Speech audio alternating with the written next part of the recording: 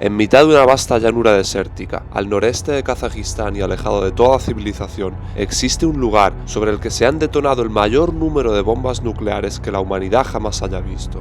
Durante muchos años fue uno de los sitios más herméticos del mundo, que ni siquiera aparecía en los mapas, a pesar de ocupar una superficie similar a la de Gales, la mitad de Suiza o Países Bajos. Buenos días desde Semey, al este de Kazajistán.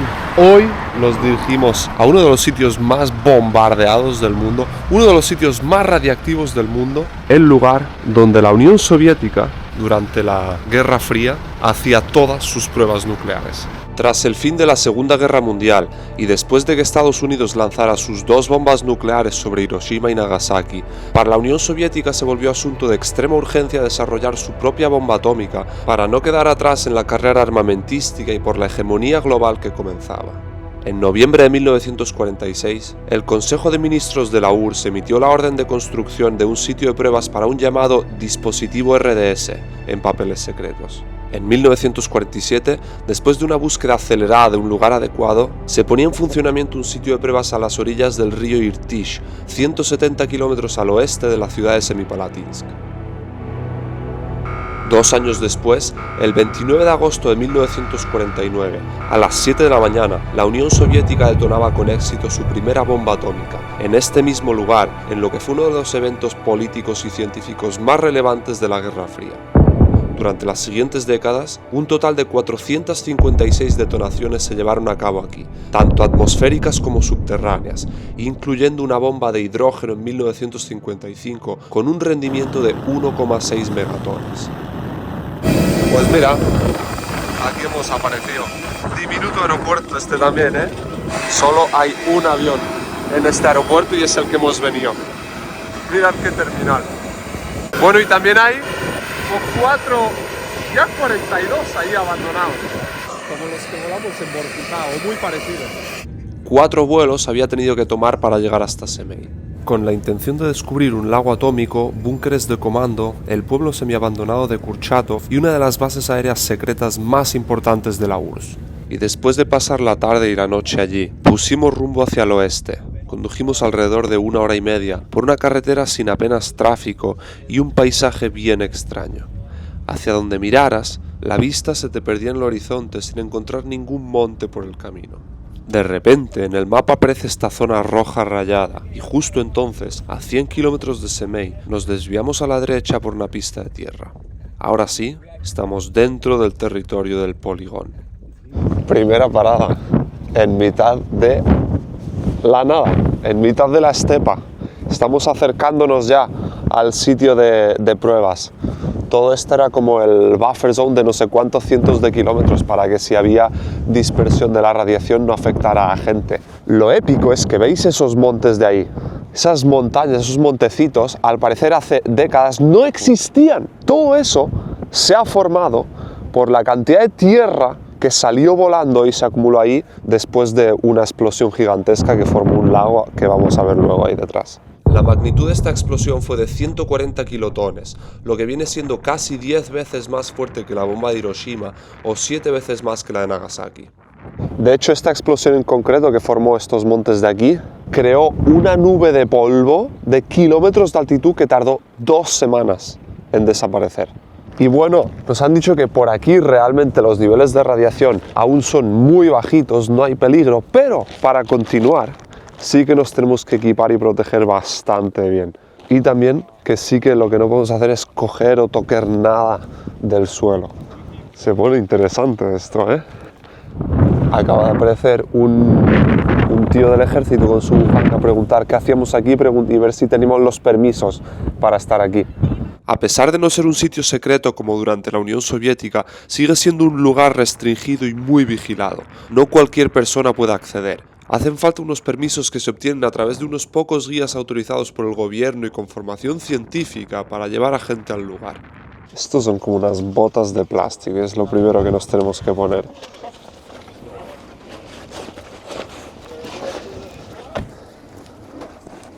Botas puestas y ahora lo importante de verdad.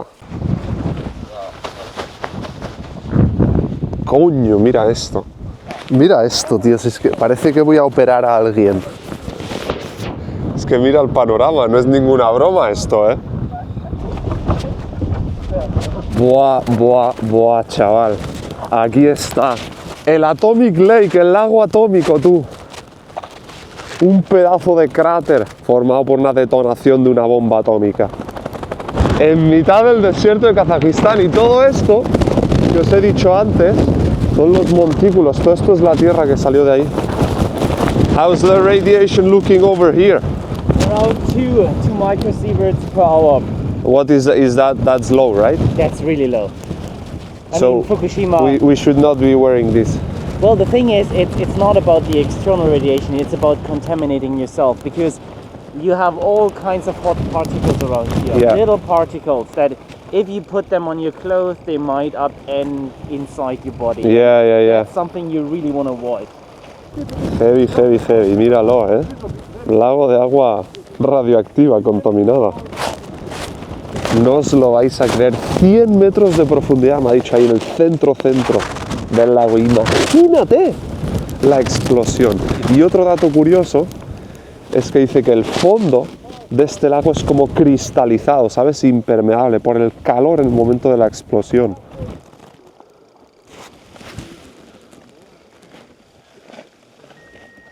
It is roughly 30% excess. What percent excess? 30% excess of normal. Ah. Normal is 1.2. Was it an accident or was it on purpose? Like, It was on purpose to create, it was experiment to create a shape of artificial lakes yeah, in dry regions of USSR. yeah. This is why it was so shallow, just 178 meters. Normally tests are made 330 and more. Yeah. It's a record excavation test. So it was a success for them. In technical sense, yes. Just cost, financial cost was. Yeah, of course. Es que estaban haciendo experimentos, querían ver si podían usar detonaciones nucleares para, bueno, obras de ingeniería básicamente. Querían hacer como una cadena de lagos artificiales, no me ha quedado claro para qué. Lo que pasa es que al final hicieron un par de detonaciones y luego les resultó muy costoso y no lo terminaron. Creo que desde aquí arriba va a haber otra vista guapa. Just 70 centimeters layer of water reduces radiation by half. Ah, If yeah. you have 140 centimeters, it is reduced 4 times. Es heavy, o sea, al parecer este agua no es radiactiva, tío. Como que la radiación, las partículas radiactivas se quedan en el fondo y a 1 metro de agua ya es agua buena. Wow.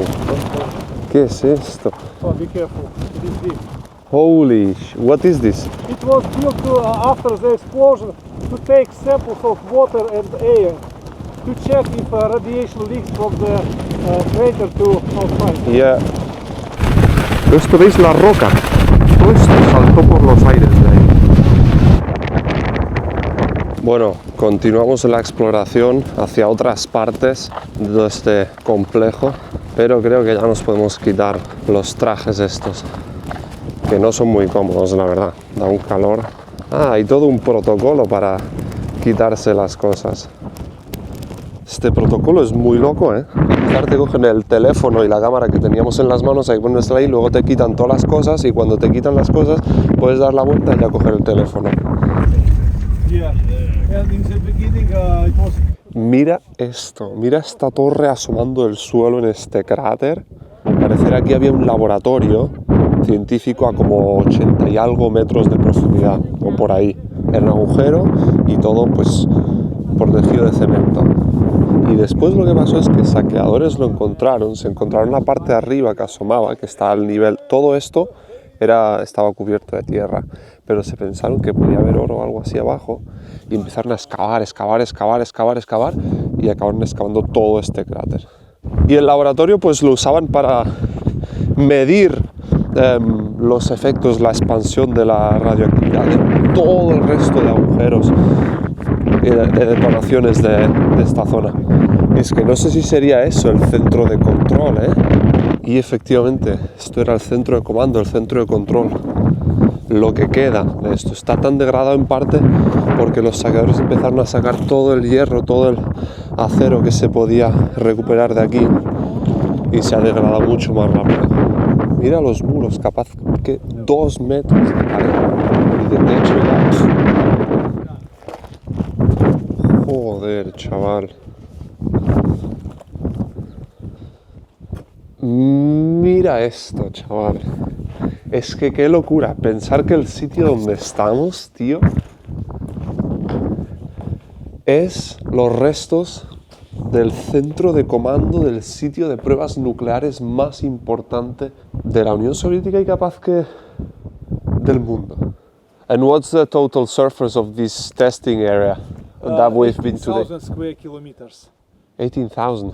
It is roughly like Israel, Slovenia, half of Moldova. Wow. Oh, wow. Hostia, niño. Pedazo de búnker, ¿eh?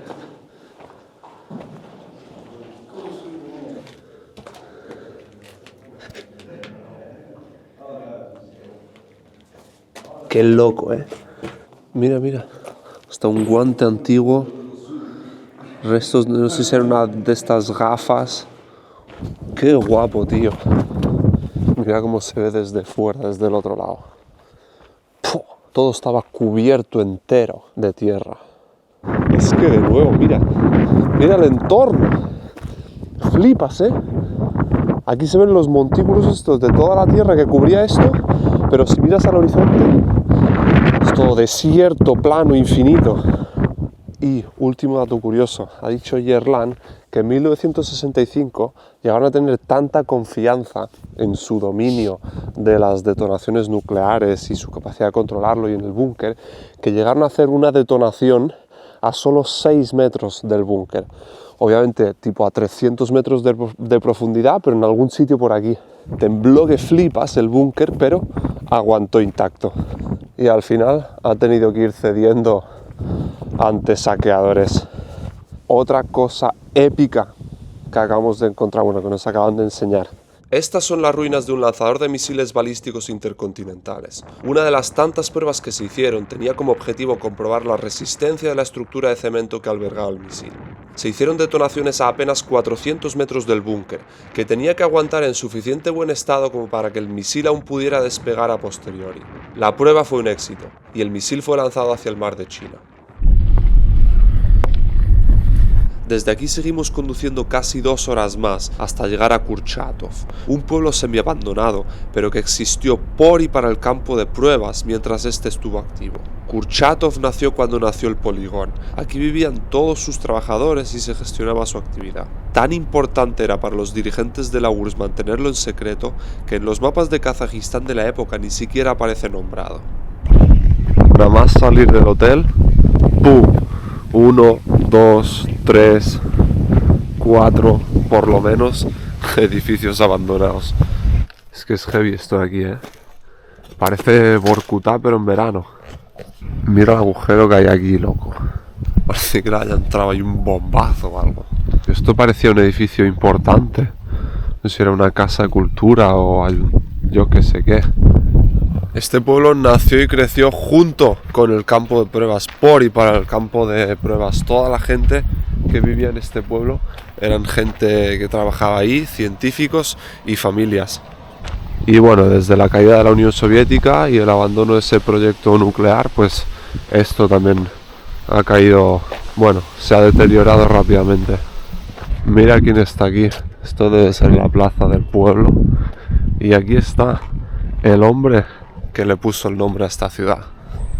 Kurchatov Igor Vasilievich, uno de los desarrolladores del programa nuclear soviético. Igor Kurchatov, nacido en Ufa en 1903, fue un físico soviético, investigador en la Academia de Ciencias de la URSS. Lideró el proyecto de desarrollo nuclear y tecnológico de la Unión Soviética. Recibió el reconocimiento de Héroe del Trabajo Socialista en 3 ocasiones. Fundó y fue el primer director del Instituto de Energía Atómica de Moscú, que ahora lleva su nombre, y dirigió las pruebas en Semipalatinsk entre 1949 y 1955. Y pues esto tiene que ser el ayuntamiento, ¿eh? Esto sí se conserva bien, ¿eh? Población actual 12.000 personas, nos dijeron ayer, aquí en Kurchatov. Y en el pico, la época gloriosa de la Unión Soviética, llegó a 20.000. O sea, tampoco ha perdido tanta población, ¿eh? Mucha gente se ha quedado por aquí. Qué heavy esto. Este edificio de aquí Era una sede de las oficinas de la KGB. Allá aún hay un mural con la estrella, la hoz y el martillo. ¡Qué loco! Era una ciudad secreta esta. Y no se podía venir si no tenías un permiso del ejército. Un poco más adelante, aunque no lo llegamos a ver, está esta iglesia ortodoxa. Lo que la hace especial es que antes de reconvertirse fue la casa de Laurenti Beria, la mano derecha de Stalin, encargado de los asuntos de defensa. Desde agosto de 1945 dirigió el programa nuclear soviético. Iba a ser probablemente el sucesor de Stalin hasta que fue asesinado por los seguidores de Khrushchev. Mira esta estatua que hay aquí. Es una bola del mundo, electrones alrededor y una paloma arriba. Simboliza, dicen, el uso pacífico de la energía nuclear. Mirad qué hotel aquí en Kurchatov. Esto es la experiencia soviética máxima, Creo que ese balcón de ahí es el de mi habitación. Mira el jardín y todo con los paseos. Esto definitivamente ha visto mejores días, Mira el lobby del hotel.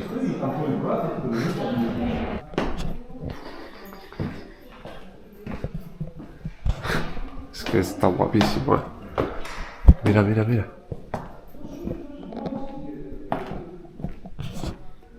Y mira de aquí lo que pone. Instituto de Energía Atómica, no sé qué, no sé cuánto. El Instituto de Energía Atómica fue establecido en 1993, recogiendo el testigo del Instituto Kurchatov en este pueblo.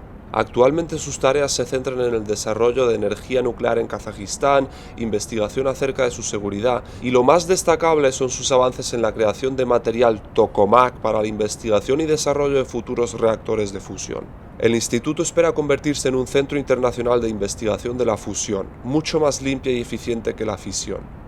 Además, desde que en 2014 se abrieran muchas partes del STS, la actividad económica ha ido volviendo poco a poco a la región, sobre todo minería, pero también agricultura y turismo. Mira, pistita de tenis por ahí. Mira, aquí tenían una especie de salida, tenían una playa en el río, pero está cerrado.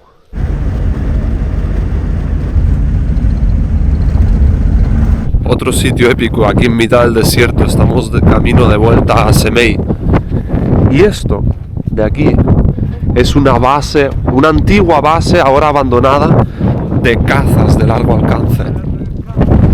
We store the fuel here. It was a fuel tank. And, several. 9 of them. La hostia, chaval. Hasta aquí llegaba una vía de tren que ahora ha sido saqueada y desde allí, con una bomba que había en esa caseta, bombeaban la gasolina o el petróleo aquí. Vale, o sea que toda esta zona era básicamente la gasolinera de esta base. Estaban todos los almacenes por aquí y por allí. Y aquí venían los coches a cargar la gasolina y después se la llevaban a como 5 kilómetros más para allí, que es donde está la pista de aterrizaje y los hangares que vamos a ir ahora. Esta base, a finales de los 80, fue afectada por un escape de radiación por culpa de un despiste humano, evento que tuvo bastante influencia en el inicio del movimiento antinuclear que surgió en Kazajistán en 1989. ¡Qué loco esto! Esto era el inicio de la pista de aterrizaje y despegue. Aquí había unos hangares que, mira, lo usan caballos ahora para protegerse del sol. Es inmensa, chaval. Mira la anchura esa. 4 kilómetros de longitud. Cuando se construyó hace 70 años, esas eran las medidas estándar. Ahora son más cortas. También es que aquí podía aterrizar, y de hecho aterrizó una vez el Antonov S-22, el que destruyeron en Ucrania hace 2 años. El avión más grande del mundo aterrizaba aquí. Incluso estaba preparado también para que el Buran, el transbordador espacial, el Buran, pudiera aterrizar aquí en caso de emergencia. Solo podía aterrizar aquí, en Baikonur, que era su base, también en Kazajistán, y en Cuba. 3 hangares había. Este es uno, era uno, ahí está otro, y el tercero sí está totalmente destruido. Estaban totalmente cubiertos de tierra para esconderlos, camuflarlos. Y esos montículos que se ven allí eran almacenes de artillería. Mira, de hecho está toda llena de cagarros de caballos la pista ahora mismo. Esto era otra pista de aterrizaje exactamente igual, mismas medidas que la que había ahí, que la que acabamos de ver. Pero esta, los saqueadores, mirad cómo la han dejado. Supongo que buscando esto, los hierros que hubiera bajo el cemento, sujetando el cemento. Es muy loco cómo acababa esta pista de aterrizaje pareciendo un campo de escombros, ¿eh? De esto a esto. Pero es que entera, ¿eh? Hostia, hasta el final, hasta donde llega la vista, está igual. Ahora bien, qué trabajazo levantar todo esto para sacar algunos hierros, ¿eh? Hostia, siguen trabajando. Mira, ahí se ve la picadora, tú. Es que mira esto. Tienen sus campamentos ahí. Mira, mira, mira la maquinaria que tienen. Y sí que hay unos cuantos hangares más, ¿eh? Pero mira, todo esto tiene pinta de que va a ir desapareciendo conforme continúen sacándole todo el provecho. Mira esto, mira el pueblo este, lleno de bloques abandonados. Aquí es donde vivían los militares y las familias que trabajaban en la base esa que está como a, no sé, 10 kilómetros de aquí. Coño, mira esto aquí también. Estos son algunos bloques que ya han colapsado. Yo creo que todo el saqueo ya está hecho. Y mira, yo creo que este es el futuro de estos bloques también. Joder, no se andan con tonterías, los saqueadores kazajos. Ni las escaleras quedan ya. Última cosa antes de sí ya volver para Semey. Mira el mural que hay aquí. Esto lo pusieron los trabajadores de esa base que está por ahí, los que vivían en ese pueblo, justo antes de irse cuando cerraron la base. Y pone: parte de nuestras almas se queda aquí para siempre.